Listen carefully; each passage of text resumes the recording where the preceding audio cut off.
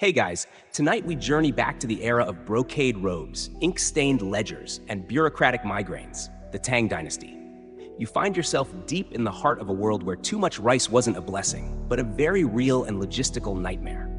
Picture this: endless carts rolling into the capital, oxen groaning beneath sacks of rice so full they practically cry out in sticky protest. The harvest has been bountiful, too bountiful. And now? You've got grain piling up in towers like papery dominoes and no plan for where to put it. You stand beneath the sweltering eaves of the Ministry of Revenue, eyes narrowing as yet another caravan of provincial rice rolls through the city gates. The courtyard's already crammed. Your officials are scrambling like ants in scholars' robes, scratching furiously at bamboo slips, tallying figures faster than they can sweat. And you're supposed to fix this, somehow. So, before you get comfortable, take a moment to like the video and subscribe, but only if you genuinely enjoy what I do here. Oh, and let me know in the comments where you're listening from and what time it is for you right now. Now, dim the lights, maybe turn on a fan for that soft background hum, and let's ease into tonight's journey together. You trudge through a hall that smells like moldy parchment and boiled turnips, the very scent of overwork. In your hand is a reed brush, its bristles chewed from stress. You were told your post in Chang'an would be peaceful, something about imperial harmony and well-fed citizens. Instead, you're staring at a logistical gridlock so severe that the emperor himself has started sending you poetry. Yes, actual poetry. An imperial edict composed in rhyming couplets, ordering you to let not the grain be drenched by rain, lest heaven frowns upon this gain. Very lyrical, very unhelpful. The skies have been clear for weeks, but the edict has already sparked 5 emergency TARP purchases, a temple requisition request, and 1 junior official's nervous breakdown. The truth is, Tang China at this point, mid-8th century, is an agricultural marvel. With state-supported irrigation, land reforms, and tax incentives, the countryside is flush. Farmers have outdone themselves. Every grain tax delivery from the provinces comes in overweight. What was once a fragile tax stream is now a tidal wave of tribute. And you're expected to manage this windfall like it's a problem, because it is. Historians still argue whether this particular rice crisis was the result of a freak combination of favorable weather and policy success, or simply poor forecasting and bureaucratic bloat. Either way, one thing is clear: you've got more rice than space to store it. And that's a very bad thing. Outside the granaries, men are shouting. A load has tipped. You rush to the scene just in time to see a mound of polished white rice cascading into the street like a gentle avalanche. A child nearby sticks out her hands to catch some, grinning. You don't know whether to laugh or fire someone. The city guard is already pushing back curious onlookers. Some just hungry, others perhaps considering rice theft as a new profession. You breathe deep. The air is thick with starch and smoke. And just for a moment you wonder, what would happen if you just let people take it? Just opened the gates and said, "Go ahead, help yourselves." But no, that's not how dynastic authority works. Every grain is an accounting line, a tax record, a symbol of imperial order. You can't just give it away. Back inside the ledger hall, your aides await. One proposes that you send the overflow south to the ports, trade it for sandalwood or black pepper. Another wants to dry the rice into long-lasting cakes and store them underground. A third is suggesting giant floating barrels? You stop listening around that point. You collapse into your seat, the woven mat beneath you now a squished pillow of sweat. You look at the massive bamboo abacus resting beside the window. Each click of the beads represents another 100 pickles. Your wrist aches from counting. Your heart aches from the absurdity. Suddenly, you remember something from a report weeks ago. A granary collapsed under its own weight in Luoyang. Dozens of workers buried in rice. Rescuers reportedly dug for 3 days, only to find the men suffocated, mouths still full of uncooked grain. Tragic, and yes, vaguely poetic in a very dark way. But now every creaking board you hear above your head makes you flinch. You order another inspection, more charts, more estimates. And as the sun sets across the tiled rooftops of Chang'an, painting the streets in gold and crimson, you realize the irony.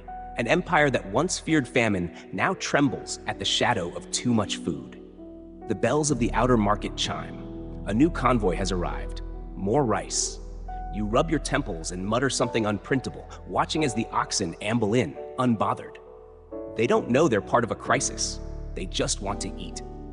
You sit cross-legged on the mat, staring at a scroll that seems to grow longer every time you blink.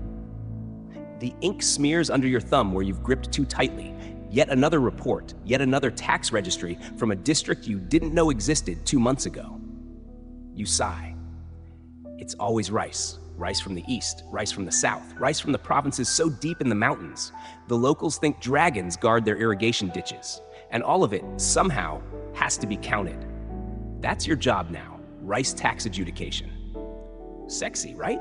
You thought your civil service exams would land you a cushy post in culture or astronomy. Instead, you're neck deep in the thrilling world of grain logistics. Turns out, the Tang Dynasty has made rice both its economic backbone and its political headache. The equal field system, designed to balance land ownership and increase productivity, has exceeded expectations. Tax in kind, mostly rice, floods in by the ton, and it's all recorded by people like you with worn brushes and tired eyes. Each bundle of rice arrives with its own paperwork. Or it's supposed to, but sometimes the bundles come with a poetic note from a local magistrate. May this humble grain nourish the great court's wisdom, instead of a tax slip, which is very sweet, but also very illegal. You call in one of your junior clerks. He's sweating through his robes, and his eyebrows look like they're trying to escape his forehead. He holds up a tally sheet with trembling hands and whispers, "This shipment from Jincheng, it's 50 pickles over what they owe." You blink. 50. That's enough to feed a whole village for a month. You narrow your eyes. Over-reporting? He shrugs helplessly. Or bribery. Or someone misread the decimal column again.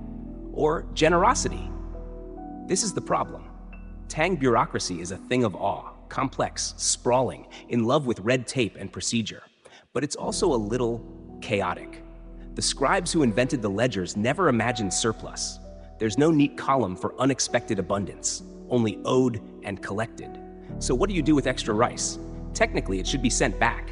Practically, that's absurd, so it stays. And each grain becomes your headache. Historians still debate whether the surplus crisis was worsened by corruption or by sincere mismanagement. Some argue that local officials exaggerated their output to win favor at court. Others say the granary inspectors were simply overworked and hungry. You, meanwhile, are beginning to suspect a third theory. Rice itself is sentient and trying to take over the empire. You draft an order to request clarity from the provincial governor. It's the bureaucratic equivalent of shouting into a well. You know you won't hear back for weeks, if ever. But you have to do something. Paper pushes paper. That's the rule. Just as you're folding the message, a commotion erupts in the courtyard. You rise, brushing off grains of rice that have somehow ended up in your sleeves. Outside, a delivery cart is blocking the main gate. A bureaucrat from the neighboring tax office is arguing with one of your grain inspectors. "No, no, no!" The man is shouting, veins bulging at his temples. "This rice isn't ours! It's their rice!" He points an accusatory finger at your office, as if you've committed some unspeakable sin. You approach calmly, diplomatically, which is to say, you look like you're about to throw someone into the moat. "What seems to be the problem?" you ask, voice syrupy with fake serenity. "This rice," the other official huffs, "was offloaded in the wrong ledger zone. It's technically under your jurisdiction now." You blink. "It was delivered to us." He crosses his arms, "And now it's your problem." This is how it always goes. Bureaucracy in the Tang Dynasty is like playing a board game where the rules change every day and nobody knows who's winning. One misplaced shipment, one incomplete tally, and entire chains of command freeze in confusion. You don't fix problems, you relocate them, preferably onto someone else's desk. As you reluctantly sign the acceptance slip, your mind wanders to the ridiculousness of it all. You've seen rice recorded in 4 different units of measure, some using ancient Chu terms, others in song weights, even though the Song dynasty won't exist for another century. Someone once used a boatload as a legitimate volume. In the silence of your office later, you begin drafting what will eventually become a wildly unpopular but historically significant reform proposal: standardized rice taxation ledgers. Just the idea is enough to make some senior officials faint. But you press on, brush scratching against parchment like a man carving his own tombstone. The draft reads, Let each pickle be marked, each weight recorded. Let no line be crossed, no column distorted. Let rice be rice, but math be law. You're quite proud of that last line, even if it's painfully nerdy. You imagine a future scholar stumbling across your dusty scrolls, frowning at your rhymes and muttering, "Why was this man in charge of anything?" Later that night, you dream of ledgers chasing you down a narrow alleyway, corners sharp, columns blank, shouting numbers you don't understand. You wake up clutching a pillow, sweat-drenched and convinced that somewhere, somehow, another shipment has arrived, and no one has stamped it. Morning arrives, not with sunlight, but with shouting. Again. You groggily slip on your stiff-soled slippers and shuffle toward the sound, praying to every local deity that it's not another cartload. But of course, it is. Only this time, it's not the rice that's the problem. It's the rats. You step outside and freeze. A trail of grains leads from the storage compound to the city wall. It's like someone left a breadcrumb path for vermin. Except the vermin didn't need an invitation. They came in force. Your guards are standing on benches, flailing spears at the ground as a small army of rice-fat rodents conducts its dawn parade. "Sir," says your chief granary officer, eyes wide, "I believe the rats have, how to put it, formed a community." That's a nice way of saying infestation. You glance toward the outer storehouse. The wooden beams are riddled with scratch marks. Chewed holes bloom across the rice sacks like tiny, grain-puking wounds. The rats have clearly decided that the Tang Dynasty's logistical weakness is their opportunity for eternal buffet.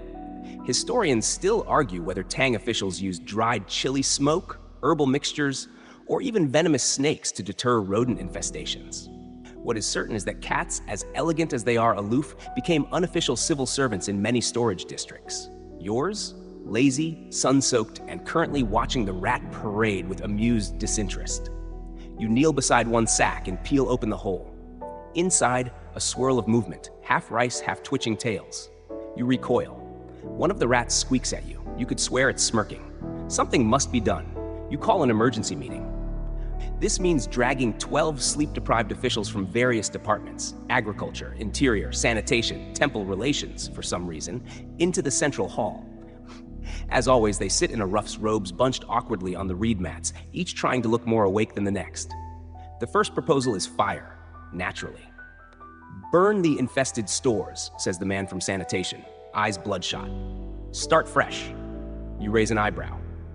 "And the grain we're supposed to distribute to the capital's orphanages?" Silence.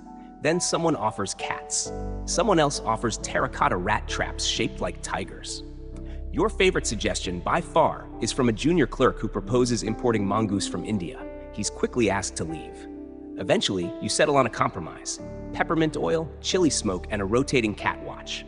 You also order a full retallying of all rice pickles stored in the affected zones. This leads to groans and one man audibly weeping.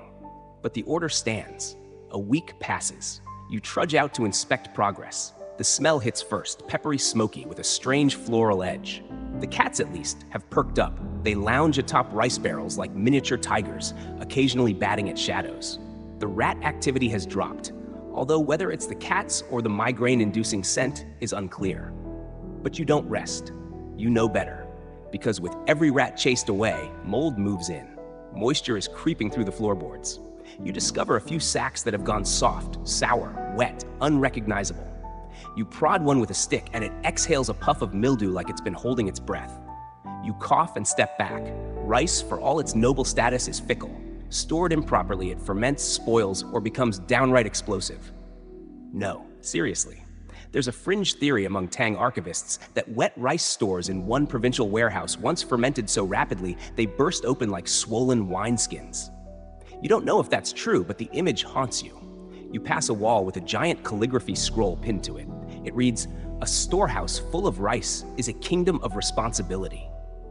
Someone has added, in smaller characters beneath, "Also rats." You crack a smile, briefly. That night, while checking paperwork in your candlelit office, a junior official enters, bowing low. "Sir," he says hesitantly, "one of the monks from the Temple of Benevolent Stillness has sent a complaint. They say our rice has overflowed." You raise your eyes. "The temple?" "Yes," he swallows. "Their meditation hall now smells of pepper oil. And also, it might be hosting a nest of rodents." You slump forward, forehead thunking gently against the desk. You want to scream, or flee, or join the monks in silent contemplation, preferably somewhere with no starch-based emergencies. Instead, you pick up your brush, another letter, another apology, another delicate negotiation where you try to explain that yes, we deeply respect your sacred space, but also rice needs shelter, and gods don't mind sharing, right? Right? You glance out the window at the distant silhouette of the city walls, beyond which more shipments surely wait. You imagine rice pickles inching their way through forests and across mountains like sentient, cursed luggage. For now, the rats are under control. The temple is mildly annoyed but hasn't threatened divine retaliation. And the rice just keeps coming. The first time you requisition a temple for rice storage, it feels like sacrilege. The second time, it just feels like Tuesday. You're standing beneath the great tiled eaves of the Temple of Compassionate Radiance, watching as 24 workers hoist sacks of government rice into what used to be a quiet meditation hall. The stone Buddha in the center looks mildly amused, or perhaps that's just how the sculptor shaped his lips. Either way, it's not a look of disapproval, which you're taking as divine consent. Your letter to the abbot had been written with all the courtesy the Tang bureaucratic handbook demands. References to harmony between state and sangha, poetic nods to shared nourishment of the body and spirit, and one carefully veiled sentence implying that refusing would result in an audit. He agreed. Temples, after all, are some of the only structures in Chang'an, both spacious and elevated, ideal for storing rice above the floodline and away from the rodents.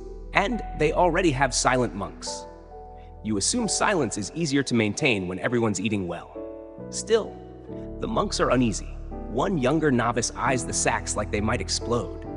"This is not," he whispers, "why I took vows." You smile politely. "Would you prefer it stored in the prayer hall?" He doesn't answer. Smart monk. Historians still argue whether temple storage of imperial goods was a short-term emergency measure or a systematic policy of resource commandeering masked in poetic language. Some point to records showing entire monastic compounds converted to tax depots. Others claim this never extended beyond a few urban sites. You, however, know the truth. When the capital runs out of warehouse space, even enlightenment has to make room. Back at the ministry, your desk is buried again, this time with complaint scrolls. Not from citizens, mind you, from other temples. Word has spread.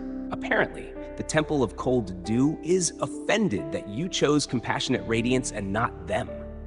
They offer a list of reasons why their structure is more architecturally sound, their monks more trustworthy, and their incense less rice-tainting. You sigh and draft a reply with the delicacy of a man threading a needle in an earthquake. You thank them profusely. You suggest perhaps they'll be considered in the next wave of overflow. You do not mention that you only picked Compassionate Radiance because it was down the street and had wide doors. Later, you visit the temple-turned granary for inspection. The monks have adapted with impressive speed. The main prayer room now echoes with the sound of shuffling robes and tally chants. One old monk sits atop a rice stack, meditating. You're not sure whether he climbed there for spiritual reasons or just for better airflow. You notice something curious. A few of the rice sacks near the altar are adorned, not with official stamps, but with painted lotus symbols. You frown. Who did that? You ask a nearby laborer. He shrugs. Monks said it was to bless the grain. You look again. It's oddly beautiful. Soft brushstrokes curling across the rough cloth, turning state surplus into something sacred. You make a mental note to report it, and then you don't. The next day, you're called before your superior. The Grand Council has received a complaint, he intones. You brace. It concerns the mixing of sacred spaces with state materials. You wait. And a rumor, he adds, that you've authorized the use of temple incense to ward off mold? You cough. Technically, it was more of a trial phase. He stares. You try to explain. The incense works. The rice stored at the temple smells fresh, hasn't shown any signs of dampness, and the rats avoid it. Possibly because the fragrance reminds them of karmic consequences.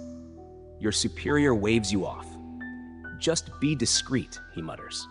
The last thing we need is a headline scroll saying the Ministry of Revenue has turned Buddhist. Still, the situation is working. For now. You divert a few more shipments to the temple district. The monks begin erecting bamboo dividers to keep prayer and pickles separate. And somewhere in the middle of it all, a kind of harmony emerges. You pass by one evening and hear chanting from the meditation hall, low, steady, like a human heartbeat wrapped in mist. It blends with the scent of rice husks and sandalwood. For a moment, you feel like you're dreaming. But dreams don't last. Because tomorrow, you'll receive word that one of the storage barns at the northern granary has collapsed. No one was hurt, just flattened rice. And suddenly, you'll have even more reason to keep stuffing temples like holy dumplings. A bird lands on the temple's roof as you leave, small, brown, puffed with evening coolness. You watch it hop along the ridge tiles, indifferent to your crisis. If only the rice could fly. You don't notice the smell at first. At this point, you're so used to the scent of rice, dry, earthy, a little dusty, that it's practically your cologne. But as you push open the heavy door to the riverfront storage depot, something different hits you.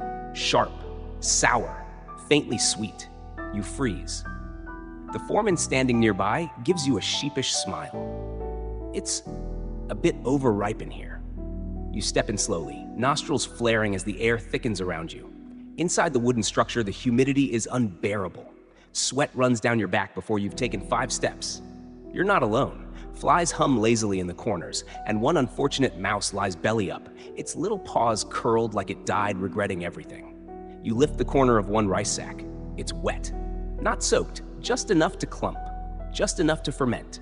You press 2 fingers into the grain, then sniff. Your nose wrinkles. You've smelled something like this before, at a wine house near the Western Market. The scent is unmistakable. Alcohol. Not the good kind. Fermentation. The storage hall has become an accidental brewery.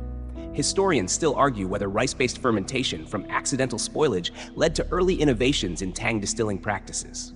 Some records hint at a provincial official who stumbled upon divine liquor in a failed grain depot, but scholars disagree whether the account is literal or allegorical.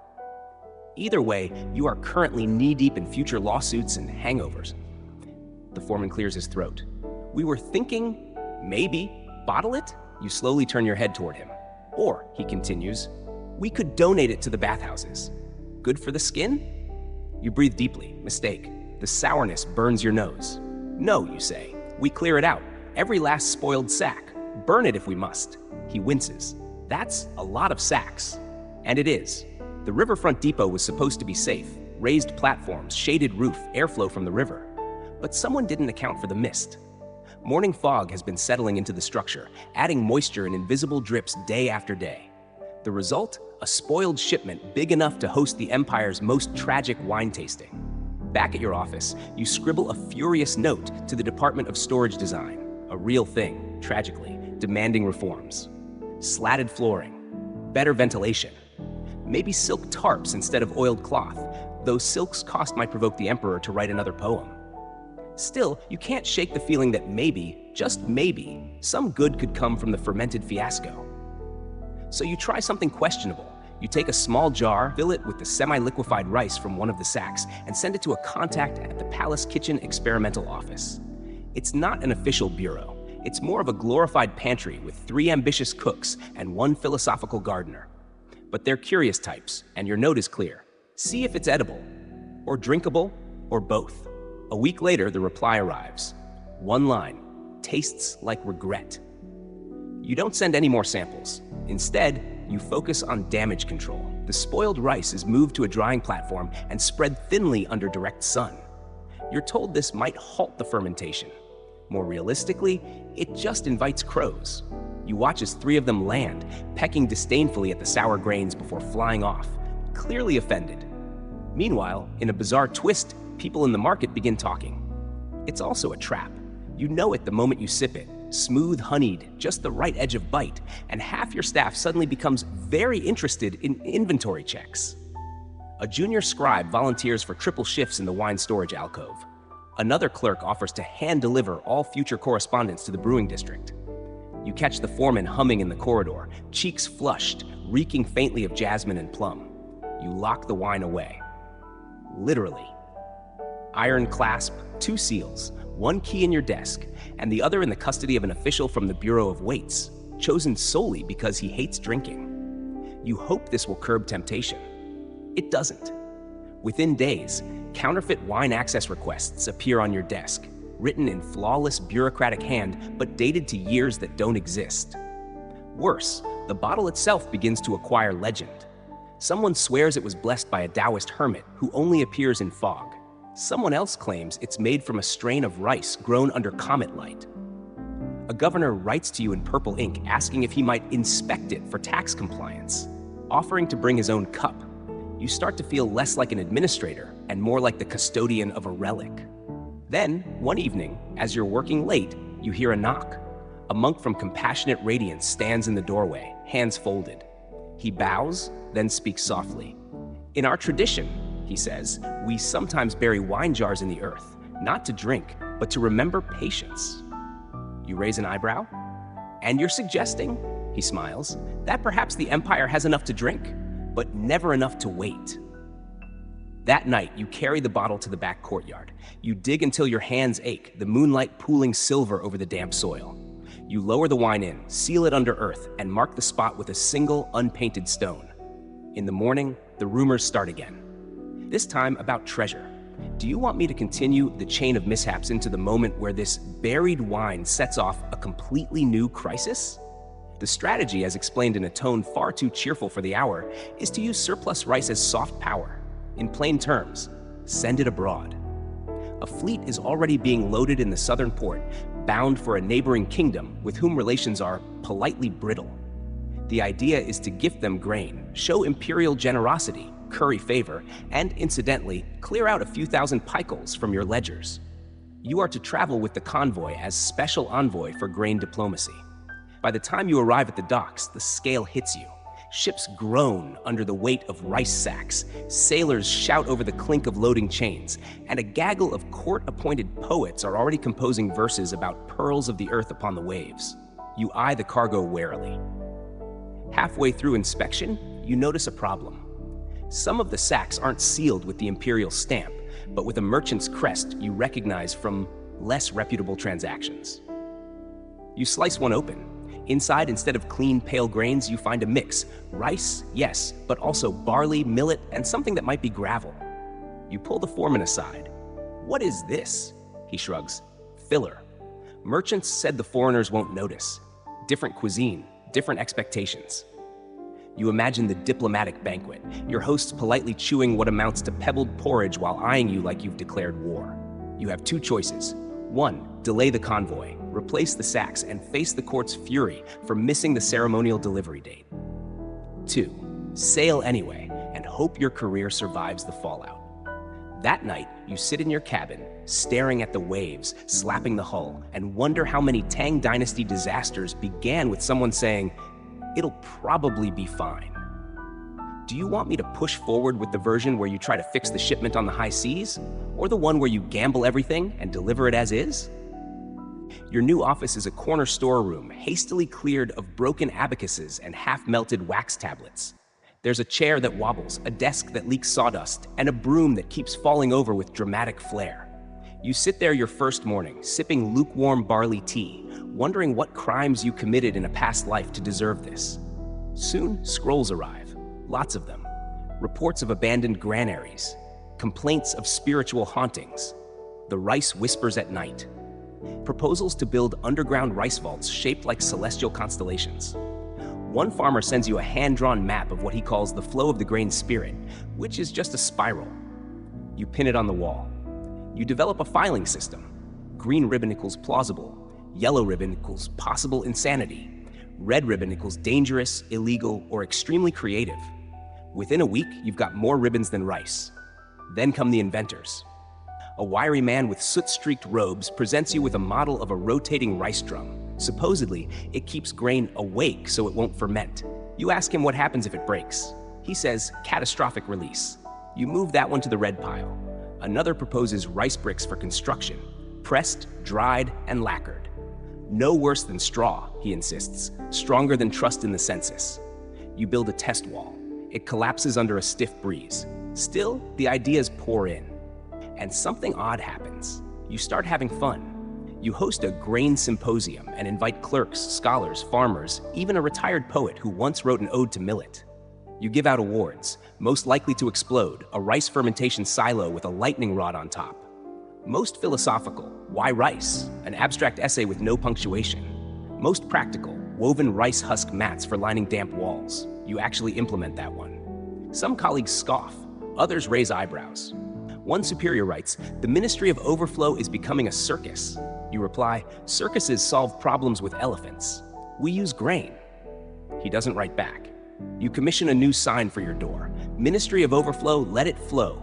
Let it go. Let us sleep." Your assistant adds a doodle of a rice sack reclining in a hot spring. Then, late one evening, you receive a private scroll from the Imperial Council. It begins. While your ministry is not recognized by precedent, it has proven unexpectedly effective. You nearly spill your tea. They mention fewer rice riots, creative storage solutions, and even some rural areas requesting overflow agents to help manage local surpluses. They end with an imperial suggestion: expand your efforts. You sit in silence, rereading the words.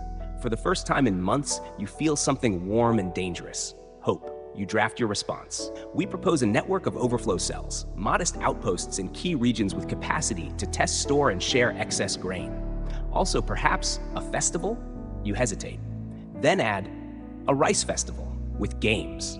A week later, permission is granted. You laugh, out loud, alone, like a man who has stared into the abyss and found it full of dumplings. You hang the imperial reply next to the spiral map. You add a note. Sometimes bureaucracy surprises even itself. And with that, you turn your little corner office into a command post for absurdity, logistics, and unexpected progress. The Ministry of Overflow lives. It starts with one scroll, then another, then 5, then 23, each bearing the imperial dragon seal, each written in various shades of confusion and contradiction. The emperor, divine, poetic, and apparently very bored, has decided to personally intervene in rice storage.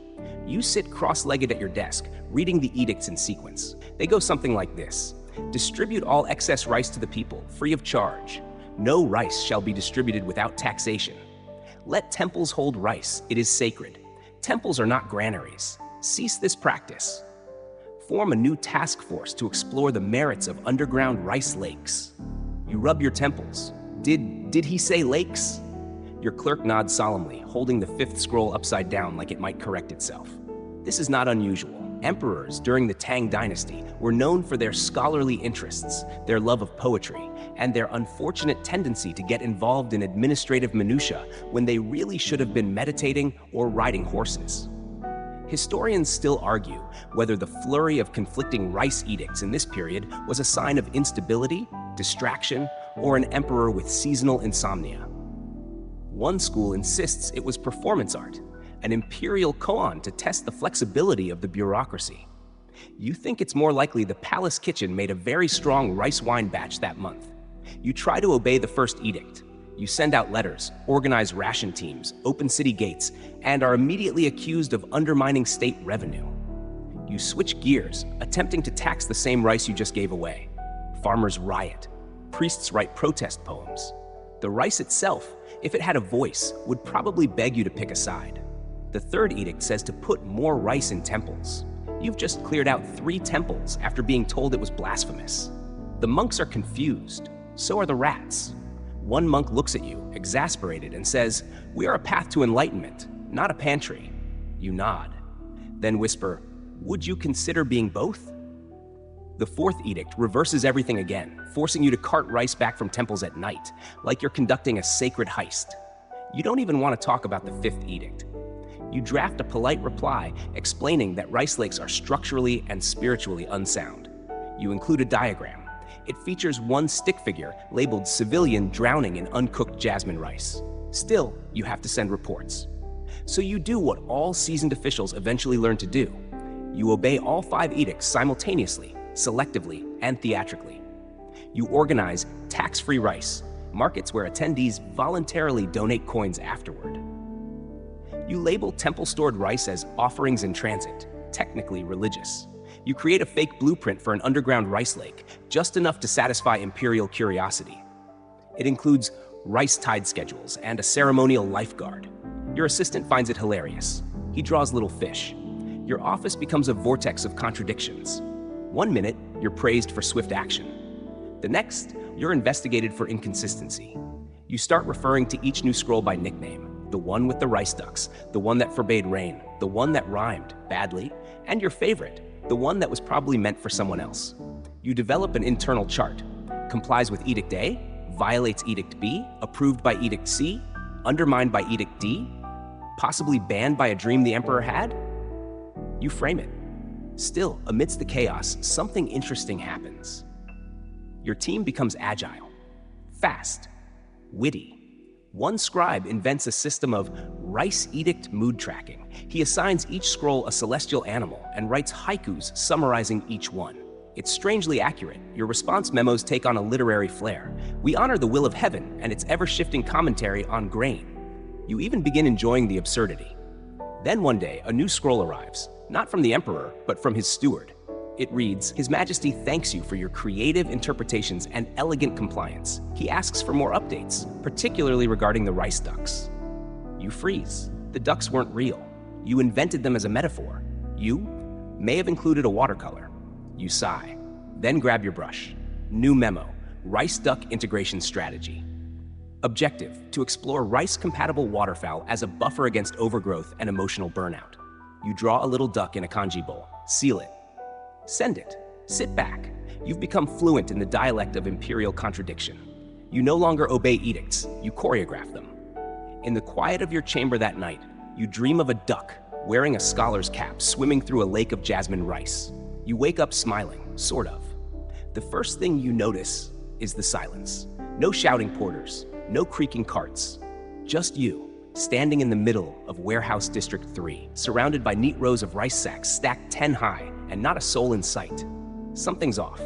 You squint. The inventory records say this depot should be full, not neatly full, bursting like a steamed bun with too much filling. But these stacks look suspiciously perfect. You pace the aisles, tap a few sacks. Solid. Then you reach the far corner and lift the edge of one bag. You freeze. It's not full, just the top layer. Below, chopped straw, sand. In one case, charcoal bits. You tear into 3 more sacks. Same trick. Like a cake with frosting and no cake. You whisper, "Oh no." Historians still argue whether these rice thefts were organized crime, monk-led smuggling rings, or internal embezzlement covered by silence and incense. Whatever the cause, one thing is clear. Someone is siphoning imperial grain and hiding it well. You summon the depot foreman. He arrives with too much sweat and too little eye contact. "These bags," you say calmly, "are full of not rice." He chuckles nervously. "Ah, yes, some are, ceremonial displays?" You blink. "Ceremonial displays? Yes," he nods rapidly. "For morale, visual abundance." You stare. "You're telling me someone replaced half the grain in a state warehouse with decorative filler for morale?" He shrugs. "Better than panic." You don't yell. You don't throw the abacus at him. You just say, "Bring me every single warehouse key, now." The investigation begins. What follows is a week-long descent into bureaucratic madness. Secret compartments, hidden tunnels. One granary even has a trapdoor beneath a fake broom closet. You're not sure if you're inspecting a rice depot or infiltrating a criminal underworld with strong opinions on grain. And then it gets stranger. The third edict says to put more rice in temples. You've just cleared out 3 temples after being told it was blasphemous. The monks are confused. So are the rats. One monk looks at you, exasperated, and says, "We are a path to enlightenment, not a pantry." You nod, then whisper, "Would you consider being both?" The fourth edict reverses everything again, forcing you to cart rice back from temples at night like you're conducting a sacred heist. You don't even want to talk about the fifth edict. You draft a polite reply explaining that rice lakes are structurally and spiritually unsound. You include a diagram. It features one stick figure labeled civilian drowning in uncooked jasmine rice. Still, you have to send reports. So you do what all seasoned officials eventually learn to do. You obey all 5 edicts simultaneously, selectively, and theatrically. You organize tax-free rice markets where attendees voluntarily donate coins afterward. You label temple-stored rice as offerings in transit, technically religious. You create a fake blueprint for an underground rice lake, just enough to satisfy imperial curiosity. It includes rice tide schedules and a ceremonial lifeguard. Your assistant finds it hilarious. He draws little fish.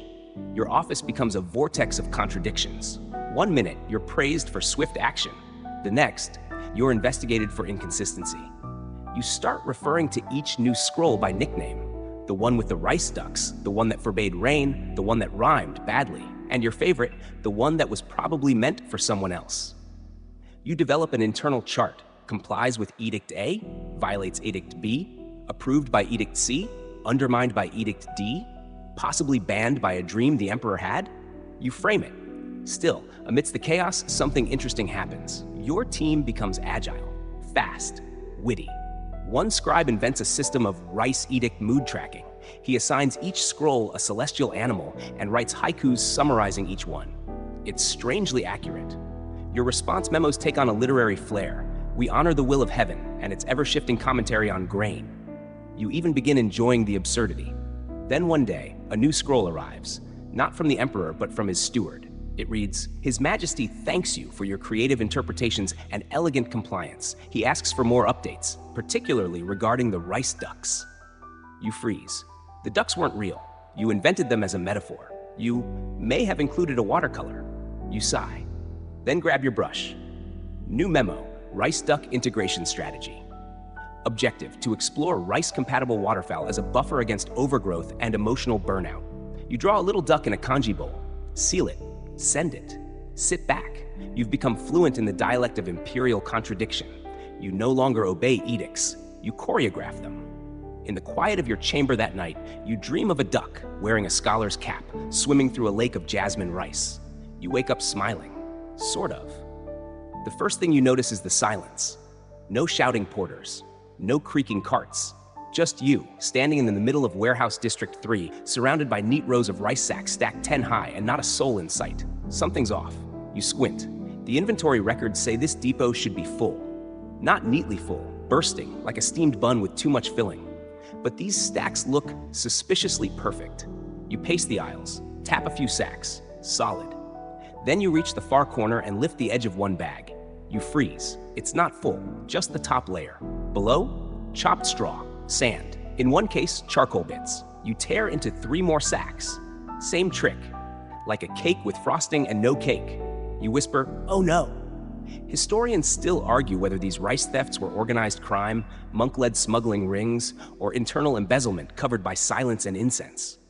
Whatever the cause, one thing is clear. Someone is siphoning imperial grain and hiding it well. You summon the depot foreman. He arrives with too much sweat and too little eye contact. "These bags," you say calmly, "are full of, not rice." He chuckles nervously. "Ah yes, some are ceremonial displays." You blink. "Ceremonial displays." "Yes," he nods rapidly, "for morale, visual abundance." You stare. "You're telling me someone replaced half the grain in a state warehouse with decorative filler for morale?" He shrugs. "Better than panic." You don't yell. You don't throw the abacus at him. You just say, "Bring me every single warehouse key, now." The investigation begins. What follows is a week-long descent into bureaucratic madness. Secret compartments, hidden tunnels. One granary even has a trapdoor beneath a fake broom closet. You're not sure if you're inspecting a rice depot or infiltrating a criminal underworld with strong opinions on grain. And then it gets stranger. You visit a mountainside temple requisitioned for overflow storage. The monks greet you with serene smiles and strong tea. Everything looks peaceful until one of your aides slips on a rice husk and crashes into the back wall. A hollow thud. You knock. It's not a wall. It's a false panel. Behind it, a small room, empty, except for 6 sacks of rice stamped for military use, and an altar, an actual altar, with candles, and what appears to be incense made from rice flour. You ask the abbot. He folds his hands. "We perform rituals for bountiful harvests." You raise an eyebrow. "With military rations?" He smiles. "The gods require purity." You don't argue. You just make a note. Possible spiritual smuggling. Further inquiry needed. Approach carefully. Monks have political backing. Still, the worst discovery is yet to come. You send out emergency audits across the entire district.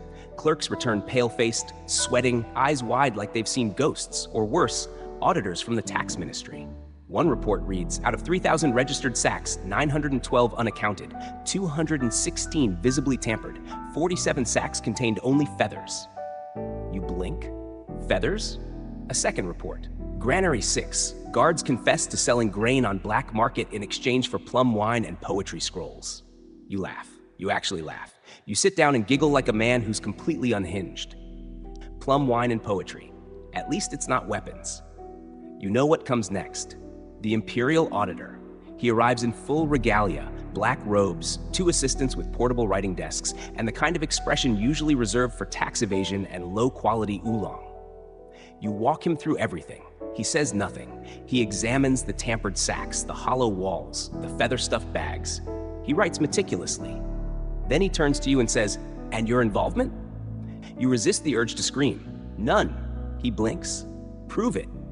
You hand over every scroll, every memo, every sarcastic drawing you've made for the past 3 months, including the duck in a rice lake. He frowns at that one, deeply. Still, after 2 days, he departs, leaves behind a short note. Find the rice, or find new employment. You frame it. It's somehow less stressful than the emperor's poetry. You launch what you call Operation White Grain. You assign spies. You recruit retired inspectors. You start a citizen reward system. Anyone who reports hidden rice caches gets a certificate, 3 clean sacks, and public recognition on the Ministry of Overflow's Wall of Grain honor. A month later, sacks begin turning up. In bathhouses, in graveyards, one buried beneath a stage in a traveling puppet theater, another used as a pillow by a retired general who insists he was preserving it for patriotic purposes. You're exhausted, but impressed. Tang Dynasty corruption is many things. Shameful, yes, but it is also extraordinarily creative. One night, as you walk through the warehouse district, a child runs past, dragging a broken rice sack behind him. Grains spill behind him in a trail. You follow, quietly. He vanishes into an alley. You don't follow further. Instead, you just smile. Somewhere deep inside you know, you won't find all the rice, but you'll find enough. By now, you've become a rice whisperer. You can tell the origin of a sack just by the color of the twine. You can distinguish mildew from fermentation with a single whiff. You dream in inventory charts. Your body is made of tea and passive-aggressive scrolls. So when the poetry starts, you barely react. It begins innocently enough. One of your clerks, fresh-faced and dangerously enthusiastic, recites a few lines while logging rice tallies. 3,000 sacks, a sea of white. We count by day and we dream by night. You glance up. Cute. Now get back to work. But the damage is done. A week later, half your team is writing verses on their inventory scrolls. Another junior scribe turns in a storage report written entirely in haiku. You threaten to reassign him to Rat Patrol. He thanks you, then recites a farewell couplet about rodent dreams. At first, you're annoyed, but as you read more of their work, scribbled in margins tucked between complaint forms, you start to notice something. They're good. One poem compares warehouse shelves to mountains and the grains to snow. Another laments a sack split too soon, calling it the falling of edible stars. It's ridiculous. It's beautiful. And somehow, it helps. Your team, drowning in numbers, is coping through verse. You give in. You commission a wall scroll, a big one, on which staff can post their best rice-related poems. You call it the Ledger of Grains and Graces. Even you contribute. May our grains not rot. May our pens not break today. May my tea stay hot. Historians still argue whether this flowering of bureaucratic poetry reflected Tang China's broader literary culture or was just a side effect of widespread overwork.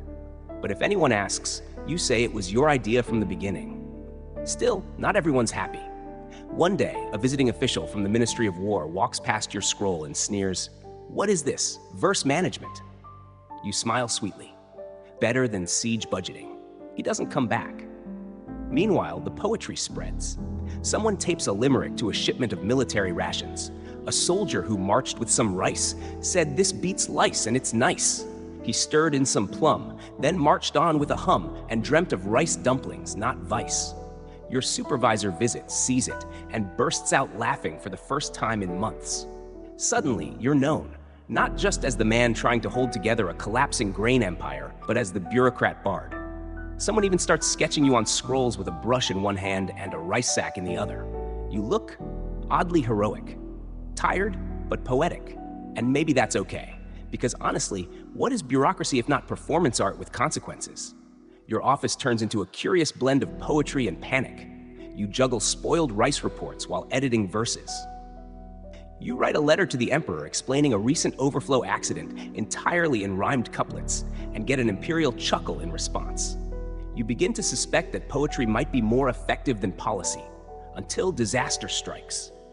a shipment of blessed rice, certified in gold ink by 3 senior monks and signed with a ceremonial poem, arrives, completely rotten. Worse, it's full of insects. One flies out and lands on your lip. You scream internally. You summon the clerk who certified it. He shrugs. The poem was moving. You slap your forehead. The rice moved too, with bugs. You order an immediate moratorium on poetic certification. There are protests, a small sit-in. One scribe threatens to quit unless allowed to submit sonnets with his spreadsheets. You compromise. Poetry stays only in designated scrolls, not on legal forms. That evening, you find a poem tucked into your desk drawer. It's unsigned. It reads, "When sacks grow heavy and ledgers grow long, when rice turns bitter and the math feels wrong, remember the pen, the path, the grain, and scribble your heart like falling rain." You read it 3 times. Then you add, "And don't forget mold-proof tarps." Later that night, you attend a gathering in the warehouse courtyard. Someone brought a lute. A clerk sings about spoiled grain with so much emotion you nearly cry. It hits you. For months, this job has worn you down.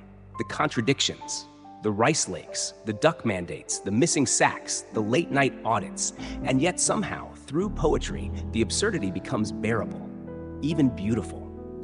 You raise your teacup to the sky and whisper, "To the poets of paperwork, may our metaphors outlast our mildew."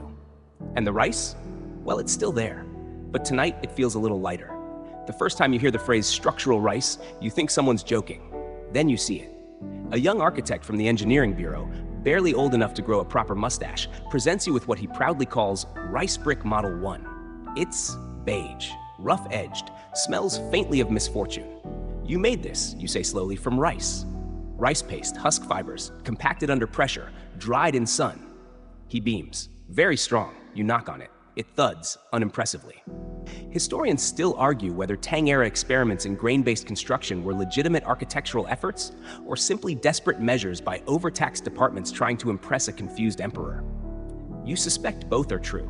The architect continues enthusiastically. "Stackable. Mold-resistant. If it rains lightly." You raise an eyebrow. "And if it rains heavily?" "Well," he hedges, "you shouldn't be in it." You test it anyway. You arrange a small crew, clear a patch of land behind Granary 7, and order a structure made entirely from these rice bricks. A single-room hut. One door. No roof. If it stands for a week, maybe, just maybe, you'll recommend further trials. The workers nickname it the Snack Shack. They refuse to take it seriously and regularly lick the walls just to annoy you. 3 days in, a dog eats part of the base. You don't report that. 5 days in, it rains. Hard. You return the next morning to find half the hut reduced to porridge ruins. One wall slumped like it lost an argument. A clerk is trying to salvage the doorway with a soup ladle. You call off further tests. But the idea lingers. Not the building part. That dream is as soggy as the foundation, but the concept of rice doing more than being stored, shipped, or eaten. So you open submissions to other departments. Within a week, you receive a rice paper umbrella, surprisingly sturdy if emotionally fragile. A reed and rice hammock, don't move too fast or you'll explode dinner. A model of rice-based ink made by boiling fermented grains with soot. Smells terrible. Writes beautifully. And most intriguingly, a floating silo made from sealed rice husk bundles, bobbing on a shallow pond like a lazy whale. You love it. You commission a full-sized version. Anchored with stones, it sways gently under moonlight. The rice inside stays dry. Rats can't swim. The locals call it the floating pantry. It makes you oddly emotional. Then there's the hanging sack system. Ropes strung from ceiling beams, rice sacks suspended like ceremonial lanterns. One warehouse tries it. The visual alone is worth the effort. Rows of hovering sacks, swaying gently like a bureaucratic rice ballet. You add this to the Ministry of Overflow's official strange but effective list. Not all experiments succeed. One group tries to create a rice-based insulation paste for winter storage. Works great until it attracts birds, insects, a goat, and 2 very persistent neighborhood children who think it's candy. Another proposes a system of ventilated bamboo tubes to blow cool air through rice stacks. It makes an awful noise. The warehouse sounds like a dying flute. You keep a log of every failure and success. It's titled Attempts at Not Drowning in Rice, Volume 1. One night, you walk through a warehouse where an entire wall has been reinforced with compressed rice husk panels. You run your hand along the surface, smooth, Sturdy. Smells neutral. A triumph. Then you hear a quiet munching. You glance up.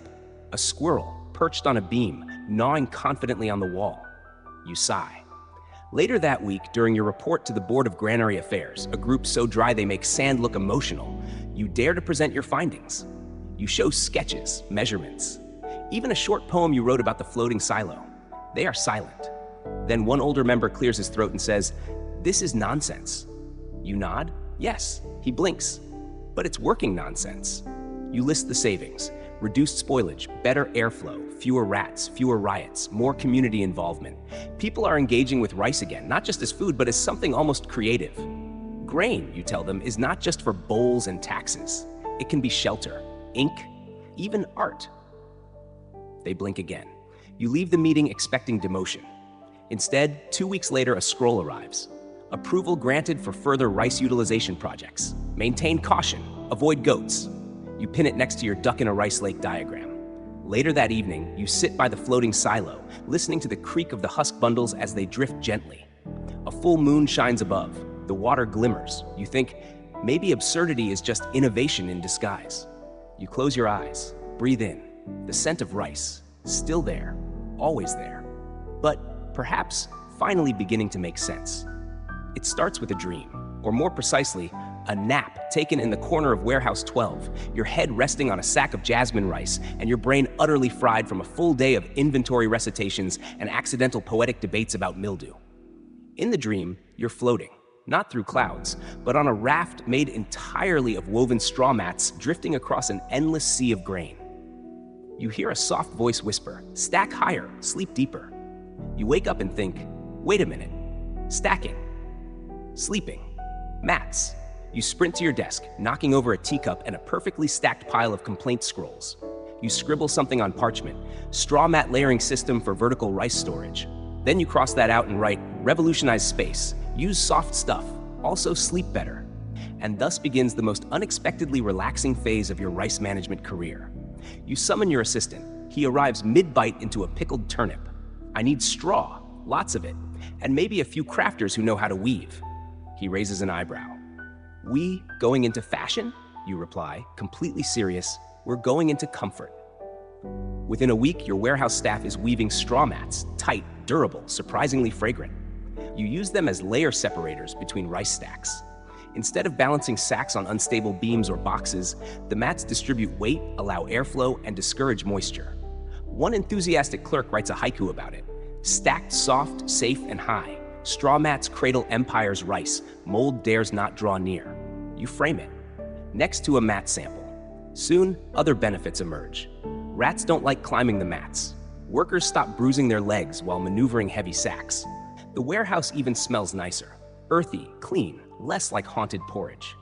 Historians may never know the origin of Tang mat stacking protocols, but in your heart, you know. It began with that one nap. Emboldened, you host a design showcase. The theme, Soothing Storage Solutions. Entries include a rotating pulley system that lets workers lift and lower rice sacks with minimal effort. One old clerk bursts into tears when he tries it. My back, it lives again. Floating rice trays suspended from rafters by silk cords. A little too wobbly, but beautiful. And your personal favorite, the ambient silo, designed by a former temple bell ringer who pipes in low chimes to keep birds away and calm the staff. It sounds like a spa for rice, and people love it. The emperor hears rumors of your warehouse of tranquility and sends a minor official to investigate. You prepare feverishly. You lay out rice in decorative spirals. You burn lemongrass. You even dress your warehouse guards in matching pale green robes. The inspector arrives, walks through the mat-lined halls, and sighs audibly. Peaceful, he mutters. He writes only 2 words on his report, structurally meditative. You'll take it. Your next challenge arrives in the form of 3 scholars from the Central Office of Inventions. They are skeptical.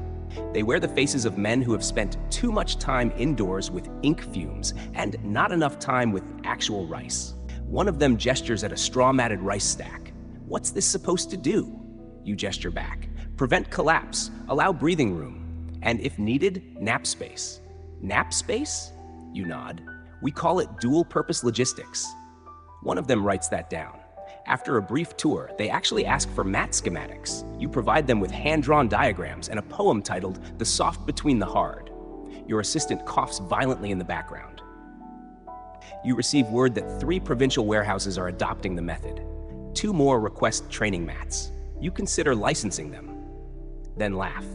You can't even license your own signature. Someone forged it yesterday to order extra dumplings. Still, success has a smell, and for once, it's not mildew. To celebrate, you host a staff sleep-in. Everyone brings a pillow. You serve warm congee with sweet dates. You even read aloud from the ledger of grains and graces while a breeze rustles through the mat-lined windows. One clerk falls asleep halfway through a sonnet about sack rotation. He snores like a tiny flute. You let him sleep, because here's the truth. People who rest well work better, and rice doesn't spoil under careful hands and rested eyes. The next morning, a message arrives from the Ministry of Public Order. It reads, "Please explain why your warehouse was reported as a wellness facility." You write back, "It is, for rice and souls." They don't reply, and really they don't need to, because the rice is safe, the mats are strong, the staff is happy, and you're finally sleeping soundly. There's a saying in the outer villages, when rice flows freely, the gods are smiling. When it piles up, someone's lying. You've lived long enough among scrolls and sacks to know there's truth in that. Which is why, on this unseasonably warm afternoon, as you sit before the Imperial Council, robes clinging to your knees, you finally say the thing everyone else has been too afraid to admit. Perhaps it's time we stop hoarding the rice. The room stills. An advisor coughs. A pigeon outside coos like it's holding its breath. You continue, gently but firmly. The warehouses are full. The temples are tired. The grain spoils faster than we can count it. And the people are, if I may speak plainly, hungry for dignity. Let the surplus go. Give it away. The silence thickens like kanji. Then someone chuckles. It's the Minister of Infrastructure, of all people, the man whose idea of generosity is reducing moat depth by 2 inches. "Give it away," he repeats. "How revolutionary." You don't flinch. Better that than watching it rot, or vanish, or be eaten by another inspector's cousin's donkey. Historians still argue whether Tang bureaucrats ever truly adopted a rice redistribution policy for the public good, or whether these moments of generosity were just trial efforts, quickly buried under scrolls of caution. You like to think your proposal mattered, even if the records don't say so. Because 1 week later, an edict arrives. Let the excess grain, deemed unfit for long-term storage, but not unfit for the human stomach, be distributed to common households. First in the inner cities, then to the provinces. Let the rice be steamed, stirred, shared. You cry.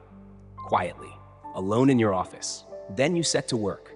You dispatch runners. You draft scrolls so fast your ink-stained fingers look like burnt sweet potatoes. You enlist monks, midwives, farmers, even retired rat catchers to help coordinate.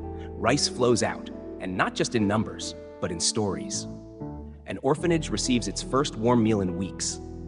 A blind basket weaver crafts rice pouches from silk scraps and gives them to neighbors. A tea house uses its portion to bake rice cakes and gives them away, 1 for every cup ordered. People laugh, cry, eat, live. Even your staff, usually dead-eyed from numbers, walks around the granaries smiling. They wave to each other. One clerk volunteers to count extra shifts just because the air feels lighter. You host a Rice Day festival. Against every policy instinct you've ever had, you commission a parade float shaped like a grain. Children draw faces on rice sacks. You write poems on steamed buns. You even deliver a short speech. We've stored too long, counted too hard, worried too much. Let the rice be rice. Let people be fed. The applause nearly makes you faint. In the following weeks, rice-related complaints plummet. Audits shrink to 2 pages. Even the rats seem to lose interest. Your office receives a bundle of thank you scrolls wrapped in a single silk sash. One simply says, "We didn't know you could choose to help." You hang it next to your first inventory form, where you misspelled rice and got demoted for a week. You smile. The final grain tally? Still too high. But at least it's flowing. And late one evening, as you walk through a nearly empty warehouse, the air cool, the mats clean, the sacks lined in orderly, hopeful rows, you pause and breathe. No rot. No shouting, just peace. You reach into a small bag, take a handful of rice, and let it pour between your fingers like white sand. It hisses softly, like rain on rooftops, like something ancient and kind. You whisper to no one in particular, "Let the rice be rice," and walk away. The night settles over Chang'an like a silken robe, the city exhaling after a long, strange season of rice and reason. The last carts creak into the distance, their wooden wheels hushed by worn-out ruts. Inside the now empty granaries, only echoes remain, soft, hollow reminders of every tally shouted, every sack inspected, every scroll unrolled with shaky hands and tea-stained intent. You sit in the quiet, the lantern glow warm against the reed mats, letting your shoulders drop at last. No new shipments tonight. No frantic edicts or surprise poetry from the emperor. Just the rustle of wind brushing against paper walls, the gentle tick of a cooling inkstone, and the ever-so-faint aroma of jasmine rice tucked away for tomorrow. You did it. Not perfectly, not gracefully, but with enough care, enough sleep-deprived creativity, and enough bizarre ideas to turn chaos into calm. You gave rice away. You watched people smile. You made the Ministry of Overflow a place people remember, not just for its ledgers, but for its heart. You sip your tea. It's slightly cold, slightly sweet, just right. Outside, a child laughs in the distance. A cat brushes past the doorway, tail high, eyes half closed in approval. And in that moment, with nothing left to fix, fight, or file, you simply breathe, deeply, softly, because now there's nothing more to do. The rice is resting, and so are you.